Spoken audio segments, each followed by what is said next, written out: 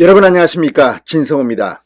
이재명 더불어민주당 대표는 지금 본인이 재판에 나가서 피고로 재판을 받고 있습니다. 이번 달만 3번 나갑니다. 그렇지만 또 다른 기소가 있을 경우 이재명 대표는 계속해서 재판에 나가야 합니다. 그런데 이재명 대표 본인 재판도 재판이지만 측근들의 재판이 시작됐습니다. 오늘 김용전 민주연구원 부원장의 첫 번째 공판이 서울중앙지법에서 열렸습니다. 그런데 오늘 상당히 놀라운 사실들이 폭로되기 시작했습니다. 여러분 기억하실지 모르겠습니다. 지난해 이 국정감사장에서 민주당 김의겸 의원이 한 폭로입니다. 그러니까 이 검찰이 유동규를 회유 협박했다, 뭐 이런 주장입니다. 변호사들의 접근도 막았다, 뭐 이런 주장인데 오늘 김용 첫 번째 공판에서 완전히 이 주장이 뒤집어졌습니다. 반대로 김의겸 의원이 이들 유동규의 변호사와 통화 기록을 검찰이 제시했습니다. 그리고 유동규는 이들 변호사를 선임하지 않겠다고 했습니다. 왜 그랬을까요? 자, 당시 기사들이 파편처럼 나왔습니다. 민주당은 검찰이 유동규를 협박 회유해서 이재명에 대해서 불리한 그런 진술을 유도하고 있다는 취지로 주장했고, 반대로 유동규는 변호사들, 나는 이제 지금 변호사들과 함께하지 않겠다고 했습니다. 그 이유가 드러났습니다.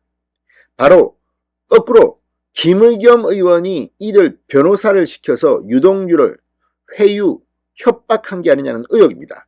오늘 검찰이 재판에서 한 주장입니다. 이걸 보면 이재명 대표의 민주당, 김의겸 의원 정말 무섭습니다. 자, 오늘 김용의 첫 번째 공판, 유동규 전 성남도시개발공사 기획본부장은 다 자백을 했다.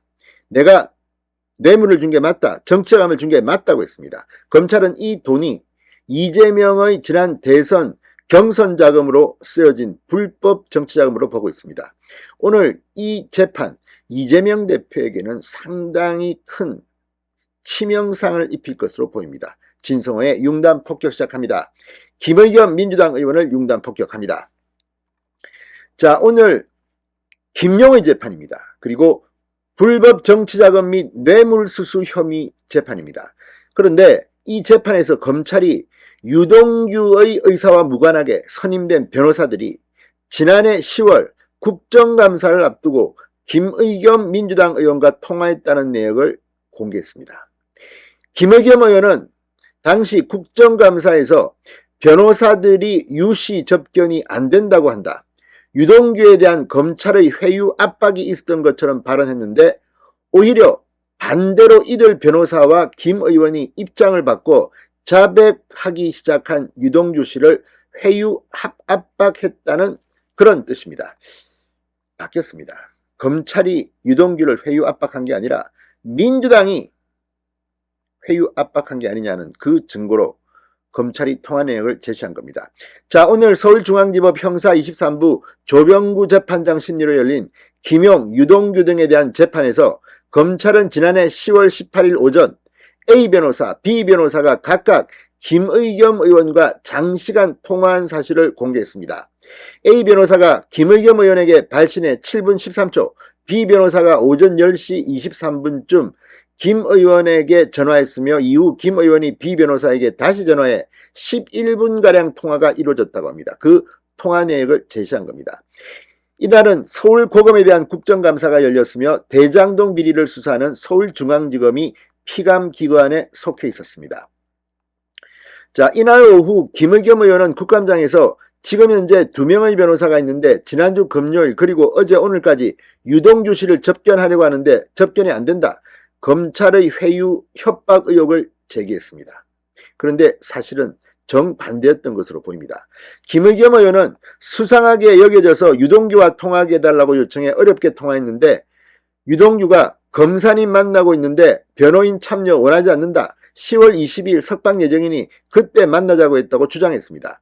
그러면서 당시 송경호 서울중앙지검장에게 유동규 씨가 이렇게 확신을 하고 지검장님이 가능성이 있다고 하니 석방이 맞긴 맞나 보다라고 말하기도 했습니다. 자, 검찰이 오늘 김용 첫 번째 공판에서 대대적인 반격에 나섰습니다. 김의겸 의원이 이 유동규가 변호사에게 석방을 운운했다며 변호사 일방의 주장을 금정을 거치지 않고 공표했다.